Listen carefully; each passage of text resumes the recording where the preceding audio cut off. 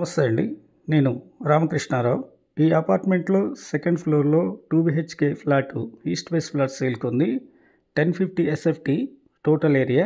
గ్రౌండ్లో car parking ఇవ్వటం జరిగింది. టోటల్గా 400 స్క్వేర్ యార్డ్స్లో ఈ అపార్ట్మెంట్ నిర్మాణం చేయడం జరిగింది. టోటల్గా 10 ఫ్లాట్స్ ఉంటాయి.